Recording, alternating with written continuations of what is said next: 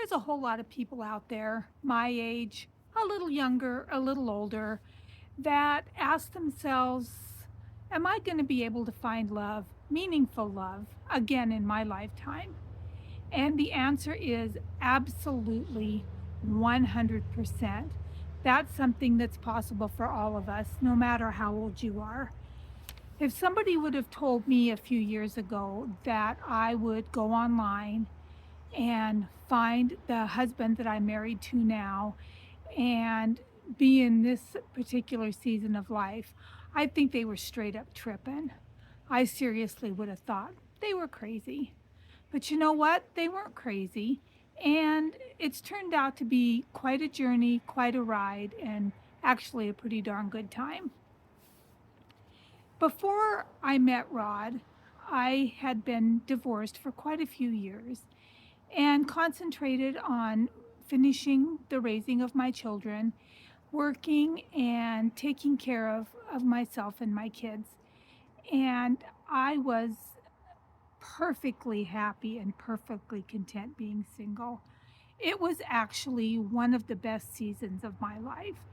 And I'm a firm believer that we all have different seasons of life. And I think that they all happen to us for a reason.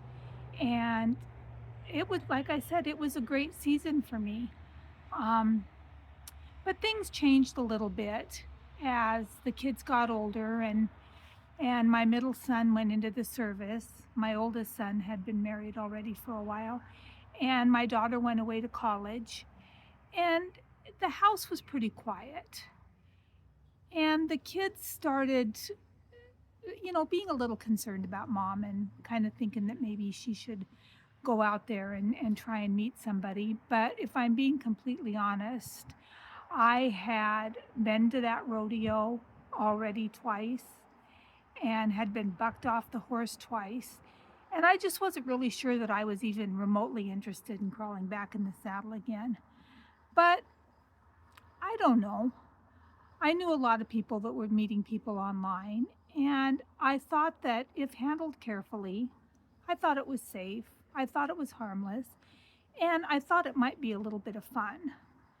So I went ahead and put together a profile, and I put it out on several different sites, and I just kind of started talking to people. You have to be careful.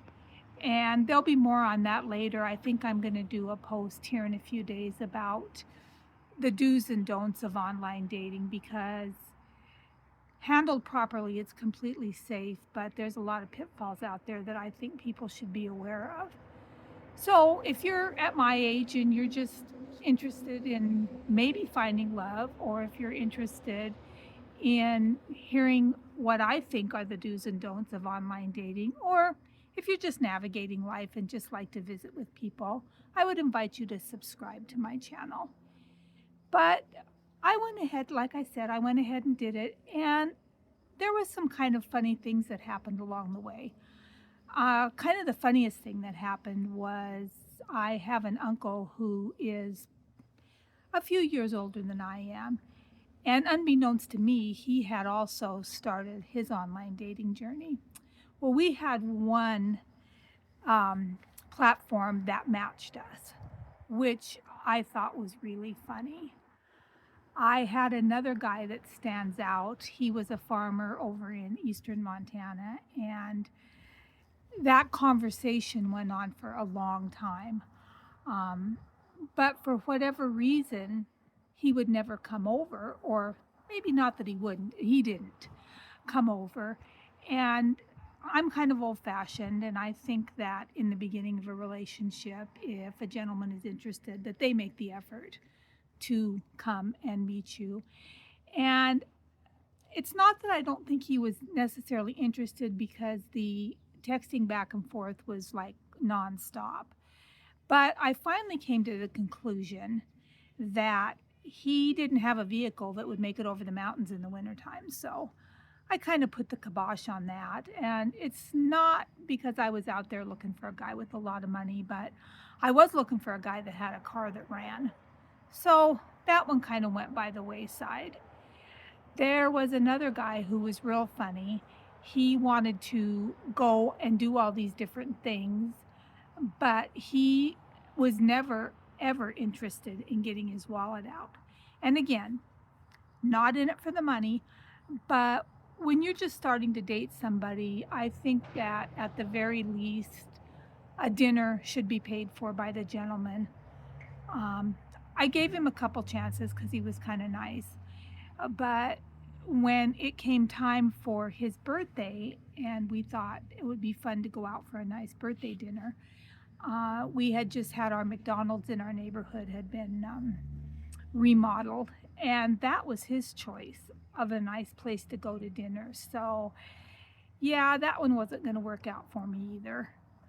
Um, there was one guy who was pretty special, and I dated him for probably about 6 months. And he was a really nice guy. We had a really good time together. He had his life together, he had his shit together. But one night he told me that as much as he was interested in dating me, that he was not interested in dating my family. Well, anybody that knows me and my love for my kids and my grandkids is going to know that that's 100% a deal breaker.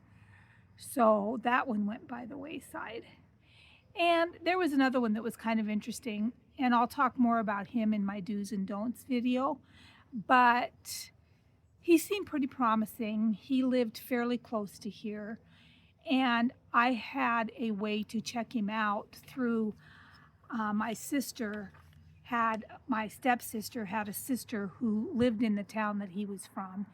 And so I had her ask her sister to see if, because it was a really small town, to see if this guy was like for real or whatever. Well, he was. And so I thought, okay, well, this guy's for real or whatever. And we set up a meeting and he was going to come over. And the night before he was going to come over, he called and told me that he had to go to Turkey because his daughter was in trouble. And then the next day he texted me and he said that he was in Turkey and that he'd been mugged and that his wallet had been stolen and he was over there without any money. Well, I mean, the red flag could not have been any bigger.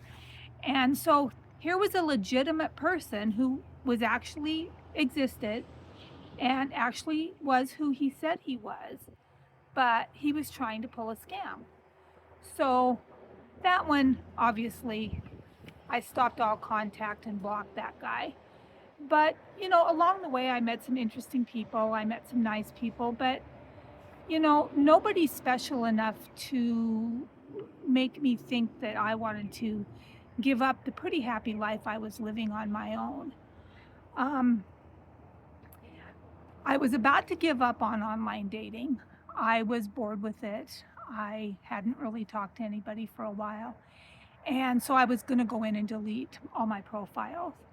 And the night I was deleting all my profiles, I checked out this one where I had this one company that I'd met, maybe the most legitimate people on. And before I deleted it, I just buzzed through it really quick, and there he was. There was something about his face.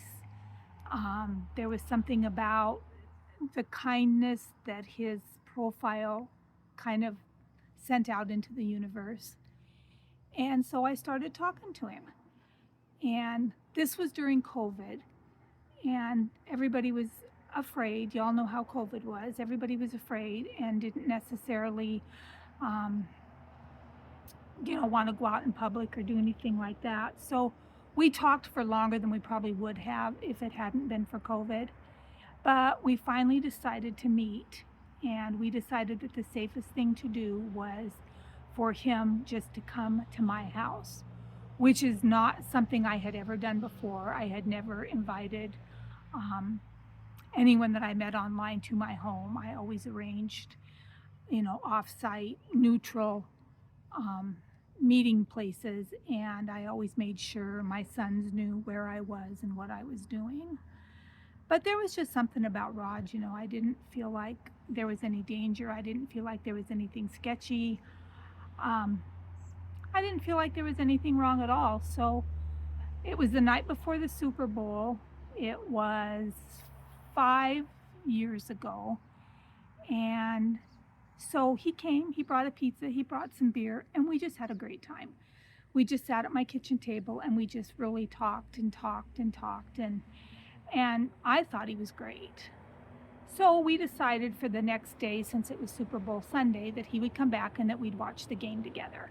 So that was the second date, and that was fun too because his Kansas City Chiefs were playing, and so we had a bet because I didn't particularly have a team at that time. I was a Patriots kid, but not necessarily, live or die by it. So we had a bet that if the Kansas City Chiefs won, that I had to take him out to dinner, and that if the Kansas City Chiefs lost, he had to take me out for dinner.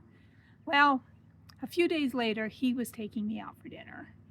And you know what? The rest of it's history. We've kind of been together ever since, um, gotten to know each other's families, and eventually decided to get married. And honestly, it's been great. And I wouldn't trade this season of my life for anything either. I feel blessed that I was able to have the season of life where I was able to be on my own and experience what life was like, like that was.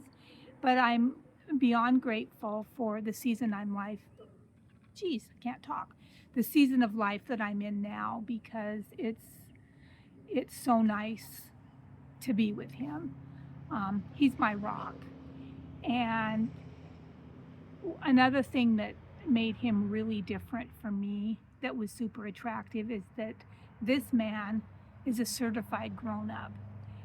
And the people I were married to before was just like having another child. So there's something for me that's comforting and secure about actually being married to a true grown up. So this post wasn't necessarily about online dating. It was about knowing that your best days aren't behind you, that if there's something you want moving into the future, that you can definitely have it. It might take a while, and there might be different roads for you to finding your person, but your person is out there. There's somebody out there for everybody.